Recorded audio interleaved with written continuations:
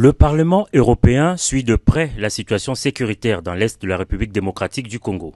Ce vendredi 7 mars 2025, à la Cité de l'Union africaine, une délégation des parlementaires européens conduite par le premier vice-président de l'Assemblée nationale de la RDC a été reçue en audience par le président de la République Félix-Antoine Tshisekedi Tshilombo.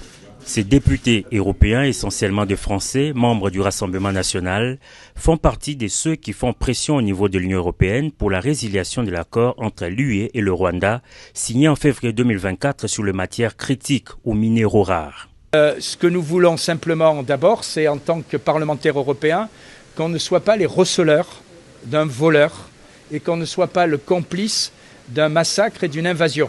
Voilà.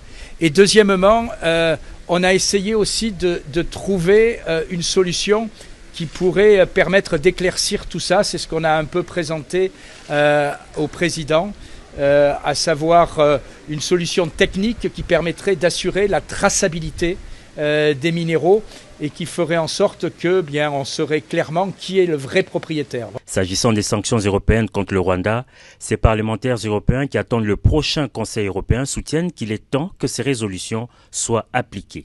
Il faut que la Commission européenne qui décide applique les décisions du Parlement européen.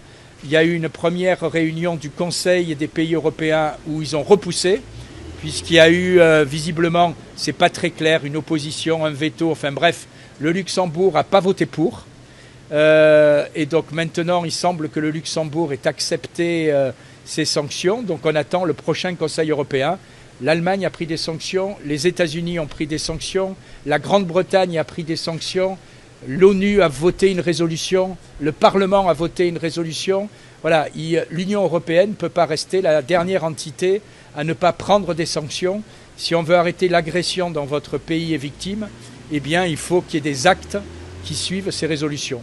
Le soutien de ces députés français à la RDC est très apprécié par les autorités congolaises. Ils ont soutenu le Congo, ils ont accompagné les démarches au plan diplomatique, ils ont été avec nous dans toutes les batailles, y compris dans des manifestations publiques que nos compatriotes ont tenues à Bruxelles et à Paris pour faire entendre la voix du Congo. Voilà pourquoi pour nous ça a été une joie de les retrouver ici sur le sol congolais où ils ont reçu cet accueil et de nous et de nos populations, ce qui manifeste évidemment qu'ils font partie de ceux qui pensent du grand Congo de demain, ce Congo qui va être utile à l'humanité tout entière. Nous avons trouvé un président soucieux de trouver des solutions pour son pays, a fait remarquer cette délégation des parlementaires européens au terme de cette entrevue.